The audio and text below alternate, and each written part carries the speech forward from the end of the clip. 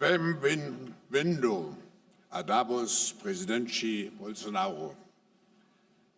This participation at the annual meeting marks actually your first trip outside Brazil since becoming the 38th president of this great country. It demonstrates your commitment for sharing your vision and plans for Brazil with our global community of leaders assembled here. Brazil is the 8th largest global economy. It has the 6th largest population. It is a member of the G20. It is a member of the BRICS community. It has a lot and a vast natural endowment and immense diversity. Mr. President, we are all aware that Brazil is going and will go through a period of decisive transformation under your leadership. We are looking forward to hearing your vision. The floor is yours.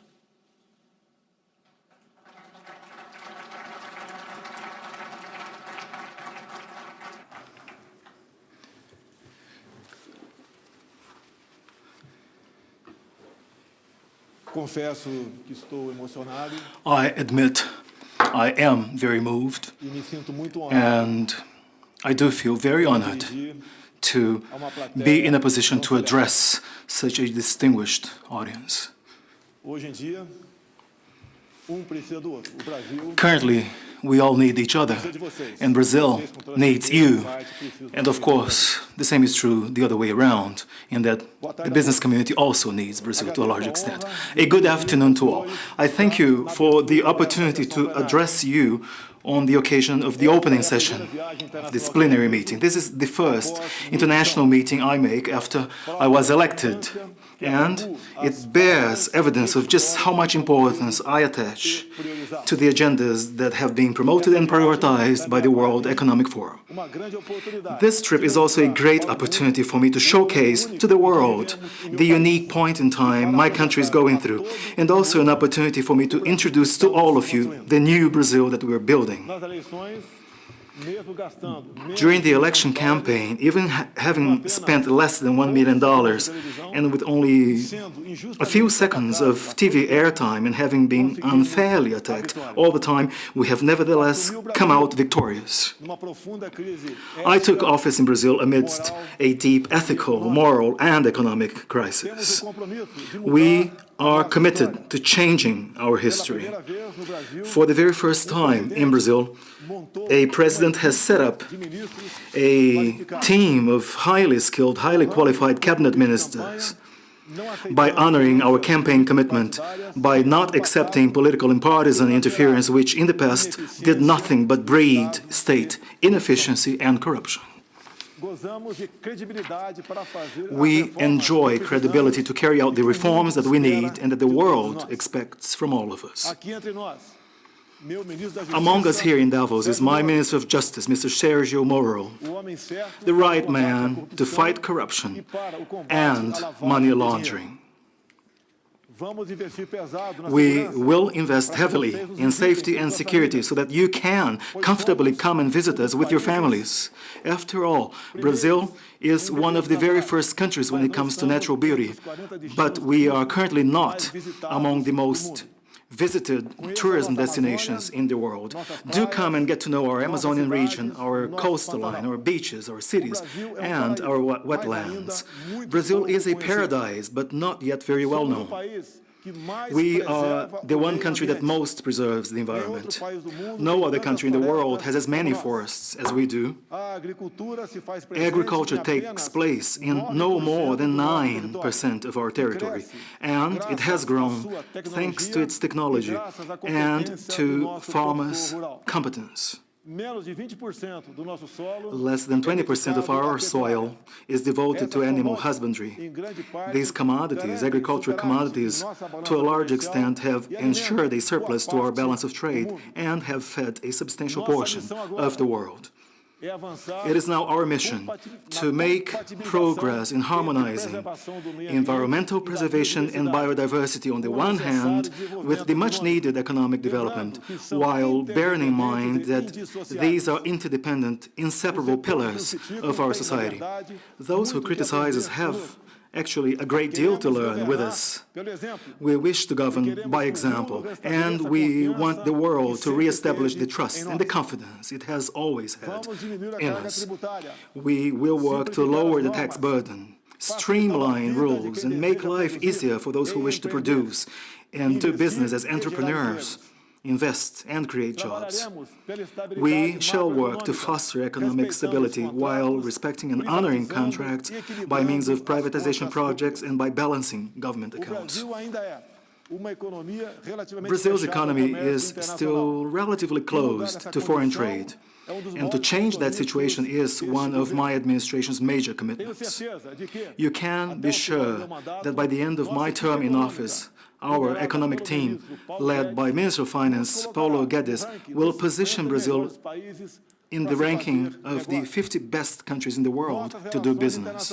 Our foreign relations will be stepped up and will gain momentum with Minister Ernesto Araújo by implementing a policy where the ideological bias will no longer exist. To that end, we will seek to better integrate Brazil into the world by mainstreaming best international practices, such as those adopted and promoted by the OECD.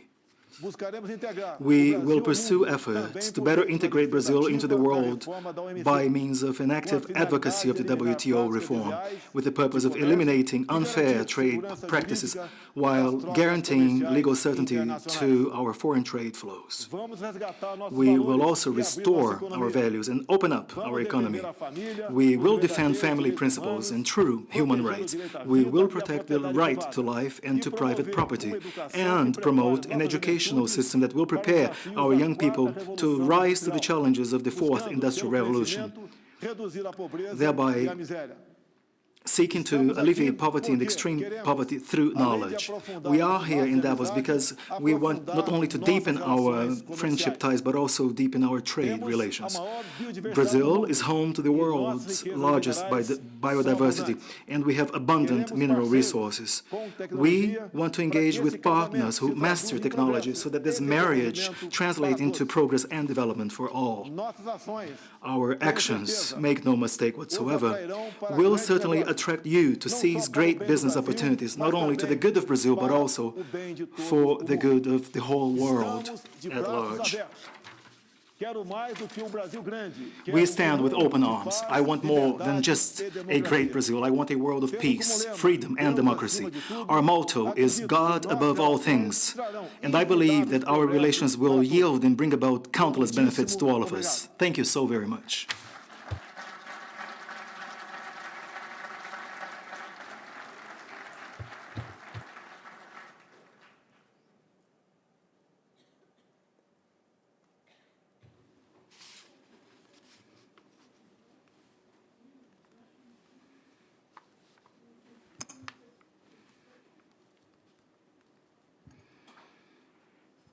Mr. President, thank you for providing us with such a great insight into what you call the new Brazil.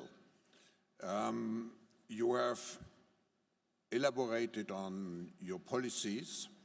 May I ask the first question, what concrete steps do you plan to take in the next months to initiate really this process of transformation of Brazil? Microphone, please. Microphone, please. Microphone, please. Microphone, please. Microphone, please. Microphone, please. Posso continuar? Yes, please. De novo.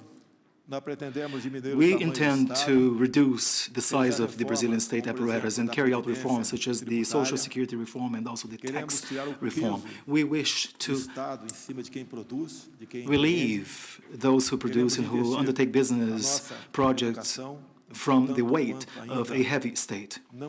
We want to enhance our education, which remains very inefficient. We want to do away with the ideological bias that seems to be there in our business undertakings. There will be no bias on either side, and we wish to foster greater business opportunities with the world and with those who share similar practices and values with us. And through our economic team, we will lower the tax burden, and through our Minister of Foreign Affairs, we will pursue efforts to further and further deepen business opportunities and draw closer and closer ties with all countries in the world. In a nutshell, at this point in time, we represent a turning point in the eyes of the Brazilian people, a turning point where the ideological bias will no longer have a place. Accordingly, it is our understanding that we have a great deal to offer all of you in the business community, and we would very much enjoy the opportunity to engage in partnership projects to the well-being and benefit of our peoples. One of the issues which damaged the brand of Brazil was corruption. You mentioned it in your speech, but what are your exact plans? You have your Minister for Justice here. What are your exact plans to stamp out corruption in Brazil? Without a shadow of a doubt, Minister of Justice, Mr. Sergio Moro, is a well-known man, known to many of you. He has been tasked with the mission of tackling corruption once he was uplifted to the position of Minister of Justice and Security. So he has before him all the means and the wherewithal to, of course, pursue efforts to tackle corruption and to fight organized crime. And we will work not only by changing the existing legislation, but also by enhancing portions of the existing legislation, with which I'm sure we will achieve our purpose and objective. But just as important is the fact that our cabinet ministers as a whole were all appointed from a technical perspective, given their technical skill set and profile, without any political partisan influence. We do need the Brazilian Congress or Parliament, and we do trust that a substantial portion of the Brazilian Parliament will support us in our efforts to fight corruption and money laundering. Brazil will therefore be seen in a very different light abroad. Mr. President, you mentioned the need for harmony between economic development and also preserving nature and the natural endowment and the immense biodiversity of your country. Could you share with us more details about your plans for sustainability? The environment must go hand in hand with development efforts. One should not, of course, emphasize one more than the other. In Brazil, we, of course, have a substantial agribusiness activity, which is known by many of you. It actually accounts for less than 90% of the Brazilian territory, and animal husbandry about 20% of our territory. So it is fair to say that in Brazil we have about 30% of the territory that is essentially made up of forests. So we do have an example to be followed by the world, and we will do everything we can in that agenda. And we plan to work in harmony with the world and in sync with the whole world in terms of decarbonizing the economy, reducing CO2 emissions, and of course, preserving the environment. Thank you. As one of the largest economy, how are you planning to integrate Brazil into the broader Latin American context? What are the regionalization plans which you have as a priority of your government? As regards South America, I am quite certain, having discussed with several regional leaders in the continent, I have heard that they all want, of course, Brazil to do well. I believe there is an opportunity to improve a few things within the Mercosur bloc of countries. I have already talked to Argentine President Macri to that effect. I have already held conversations with the President of Chile, Piñera, and also with Mr. Marito from Paraguay. And yes, of course, we are keenly concerned about ensuring that we have a great and vibrant South America, where each country will obviously enough be able to uplift and uphold their local hegemony. We do not want to have a Bolivarian type of America, as used to be the case up until recently in Brazil in past administrations. And I believe that this new way of interacting with South American countries has had a contagion effect among many countries, and more center-right leaders have been successfully elected in these neighboring countries. And I believe it is a clear-cut response, indicating quite clearly that the left wing will not prevail in that region, which is a very good development, in my view, not only for Latin America, but for the world at large. Mr. President, we can also announce that our Latin American summit next year will take place in your country, and this will give an excellent opportunity to see the results of your big transformation efforts. And we all wish you all the best for this transformation. I think Brazil is important for the world. It's a great country. It's important for global nature. It's important for global economy. So all our best wishes accompany you on your journey. Thank you very much for joining on your first trip, the Davos community.